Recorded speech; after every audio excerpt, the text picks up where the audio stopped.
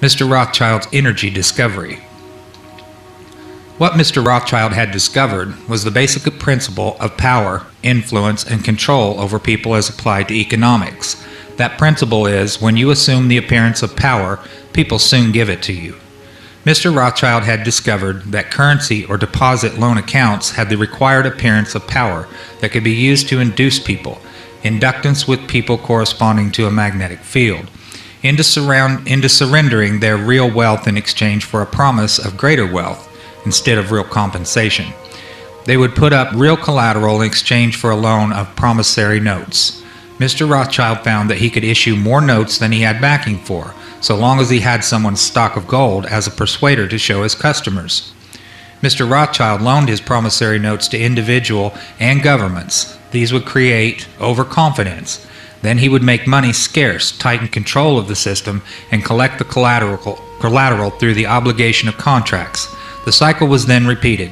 These pressures could be used to ignite a war. Then he would control the availability of currency to determine who would win the war.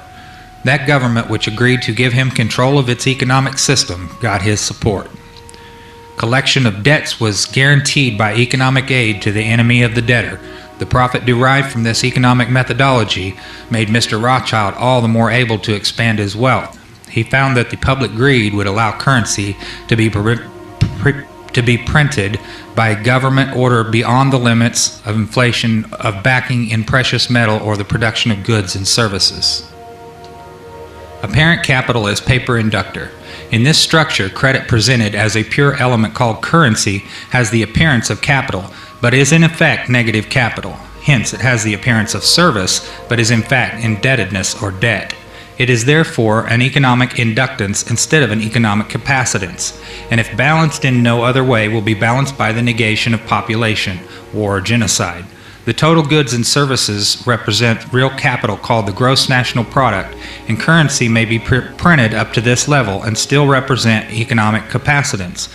But currency printed beyond this level is subtractive, represents the introduction of economic inductance, and constitutes notes of indebtedness. War is therefore the balancing of the system by killing the true creditors, the public, which we have taught to exchange true value for inflated currency, and falling back on whatever is left of the resources of nature and regeneration of those resources.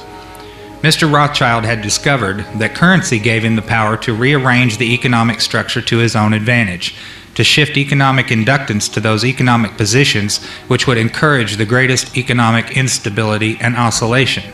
The final key to economic control had to wait until there was sufficient data and high-speed computing equipment to keep close watch on the economic oscillations created by the price shocking and excess paper energy credits, paper inductance, and inflation.